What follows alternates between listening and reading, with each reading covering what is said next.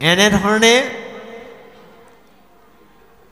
মৎস্যৰূপী ভগৱন্তৰ যেতিয়াই সত্যৱত ৰাজাই চিনি পালে আচলতে তুমি মৎস্য নহয়, তুমি স্বয়ং ভগৱান।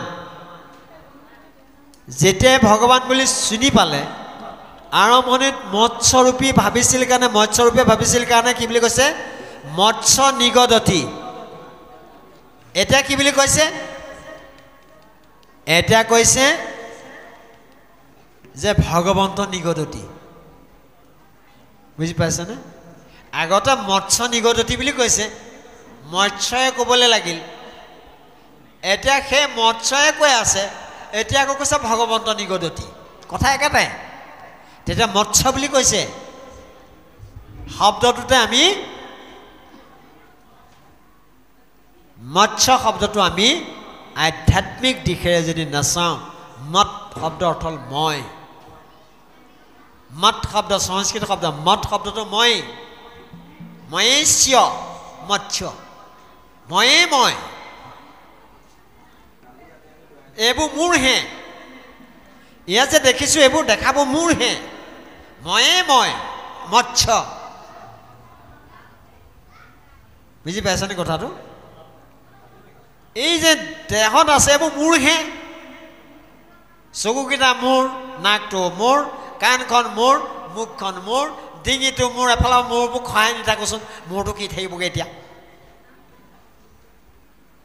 বুকুখন মোৰ, হাতকেইটা মোৰ, পিঠিটো মোৰ, কঁকাল মোৰ, ভৰিকেইটা মোৰ, চৰণ দুখন মোৰ কি থাকিল আৰু? চব মই এফালৰ পৰা খহাই খাই নি থাকোচোন। মোৰটো কি থাকিলগৈ? মইহে থাকে, মোৰটো একো নাথাকে।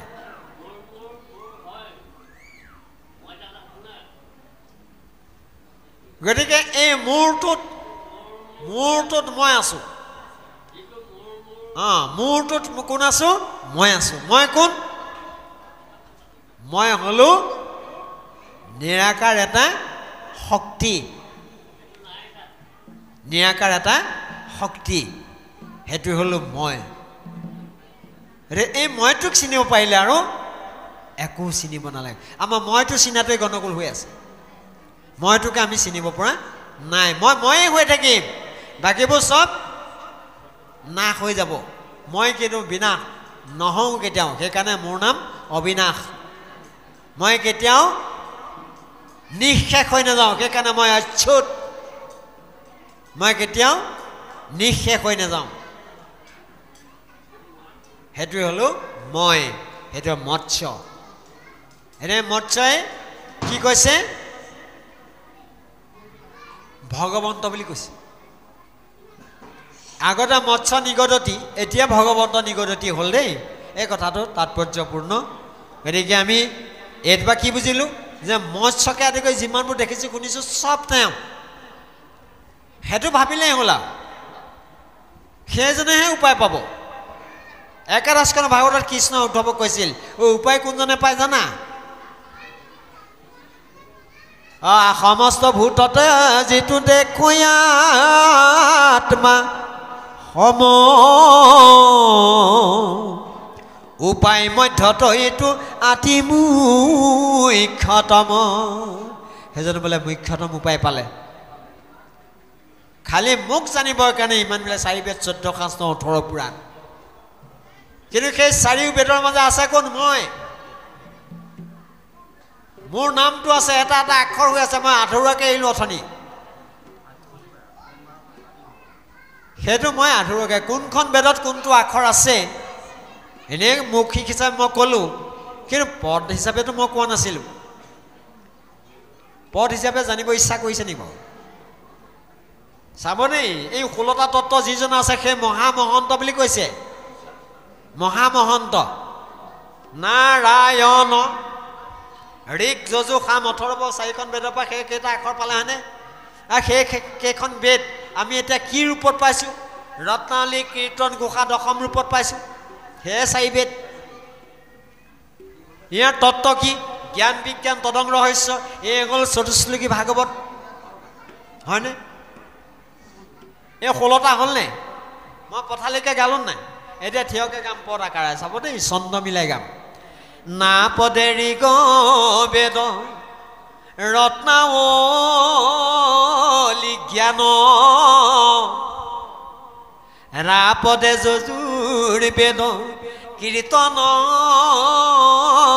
বিজ্ঞান জ্ঞান বিজ্ঞান ইয়পদে সাম বেদ গুসাশাস্ত্ৰ তদং নপদে অথৰ্ব বেদ হে ৰহস্য শাস্ত্ৰ এই 16 তত্ত্ব এই 16 তত্ত্ব যিজনে জানে জ্ঞান বিজ্ঞান আৰু তদং ৰহস্য এই চাৰি শিকি বুলি জানিবা অৱশ্য শিকিত 25 পইচা 4 শিকি 4 25 100 এটকা তাৰমানে 4 শিকি গোট খাইলে এটকা এটকা মহন্ত বুলি তাহাংকে কয় সেইজনে বোলে এটকা মহন্ত বা মহামহন্ত কোন আছিল সেইজন বসুদেৱ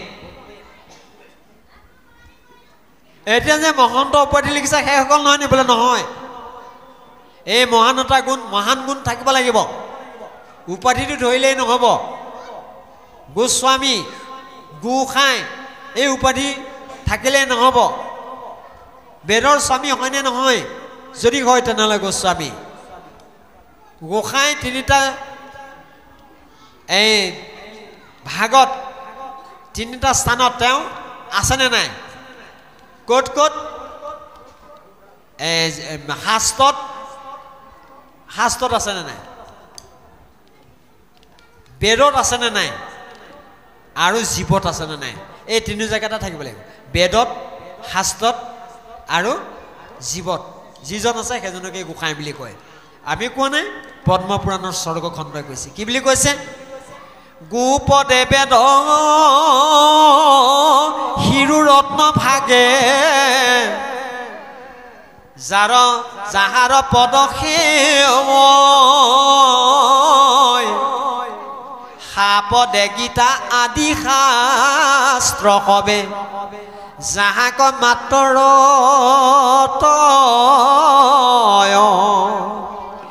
ই পদে ব্ৰহ্মা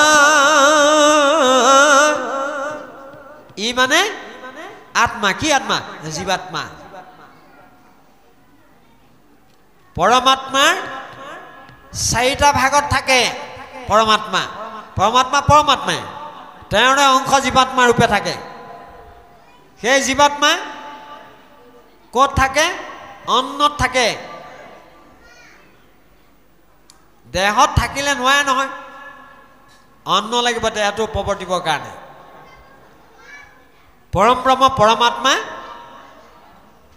আত্মাই আত্মাৰূপে এই স্ফুলিংগবিলাক বিস্ফুৰিত হৈ আছে নথকা জেগা নাই এই পকা খুঁটাটোৰ মাজতো আছে সেই আত্মাবোৰ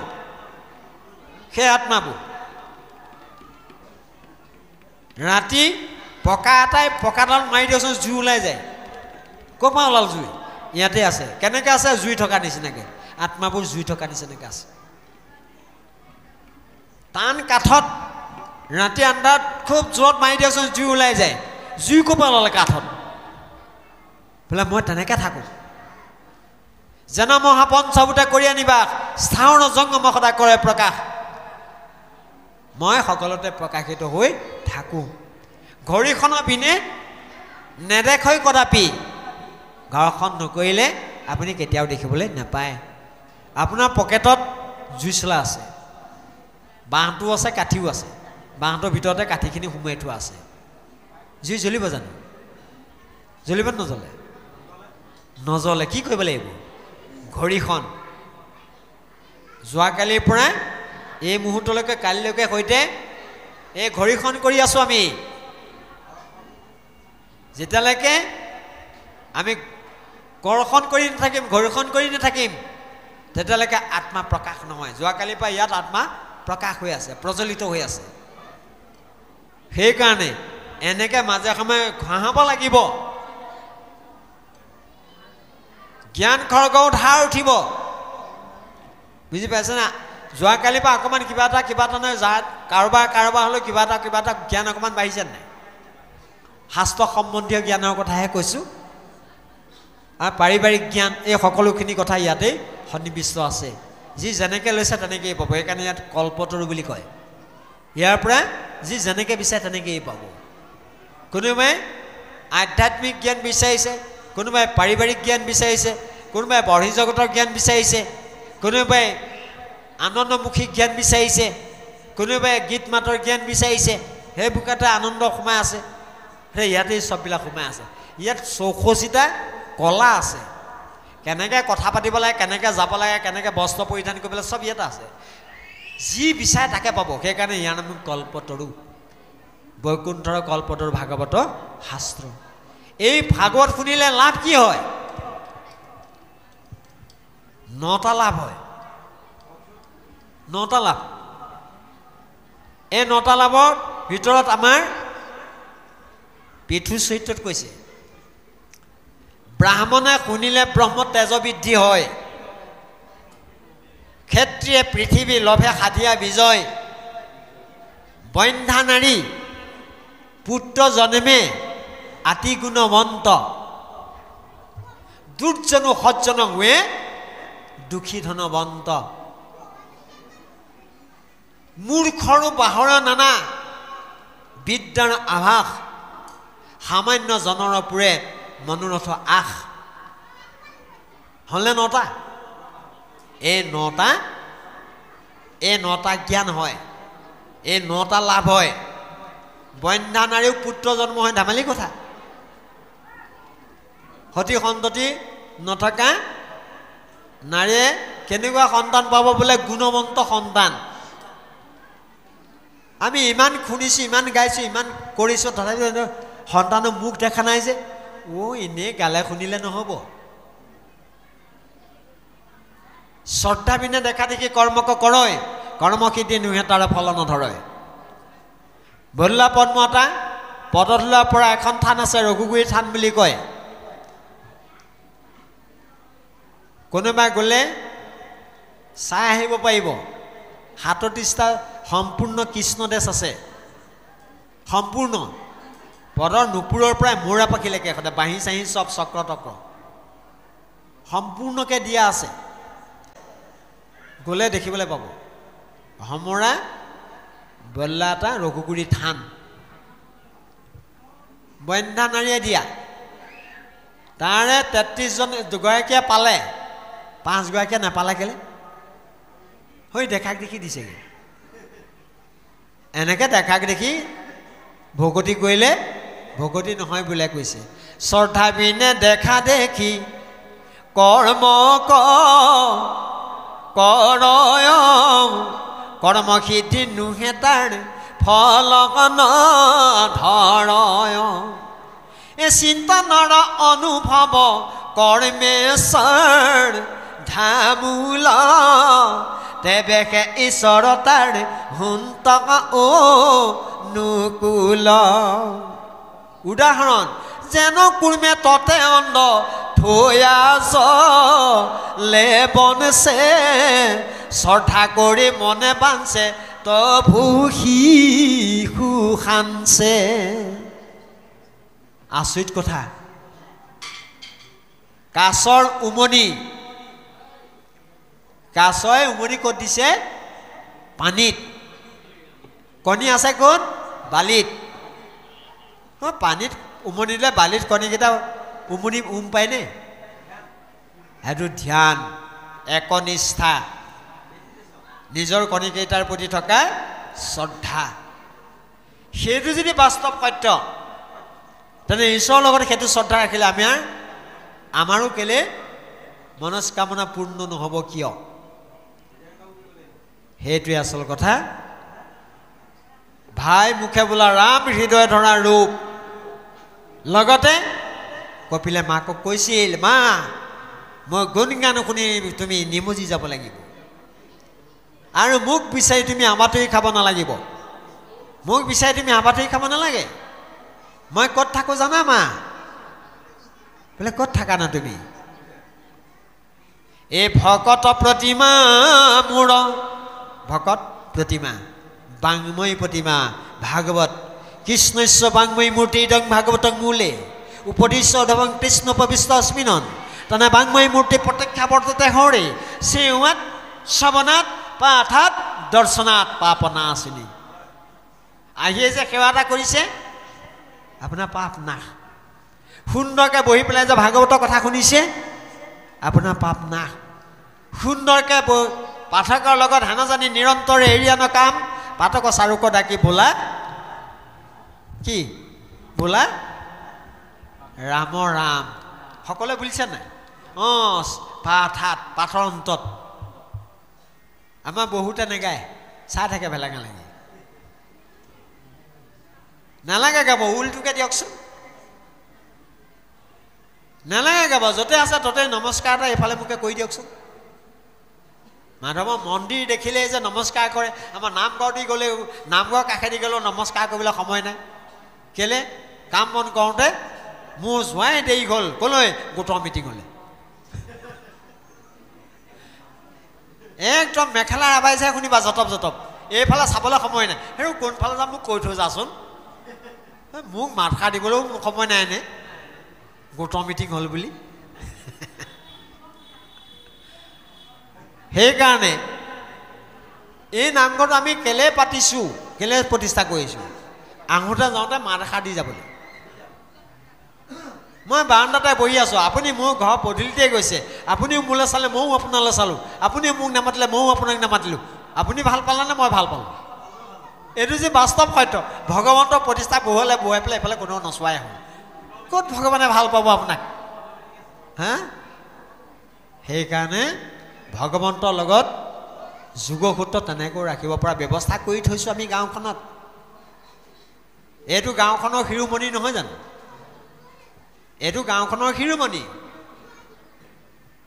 এতিয়া শিৰোমণি আপোনাৰ নামঘৰটো শিৰোমণি আপোনাৰ ল'ৰাটো আপুনি ল'ৰাটোক শিৰোমণি বনাওক শংকৰদেৱক শিৰোমণি কোনে বনালে বুঢ়ীমাক খেৰখুটিয়ে বনালে আপুনি আপোনাৰ ল'ৰাটোক বনাব পৰা নাই কেলে শিৰোমণি লোকৰটো গাই থাকিলে ন শিৰোমণি শংকৰ গুৰু ভকতৰ কল্পতৰু বৈকুণ্ঠৰ হৰি নাম ভকতক দিলা কলি যুগে নাম ধৰ্ম প্ৰচাৰ কৰিলা খেৰখুটিয়ে যে শিৰোমণি বনাব পাৰিলে আপুনি কেলে বনাব পৰা নাই আপুনিও বনাবলৈ চেষ্টা কৰক কৃষ্ণ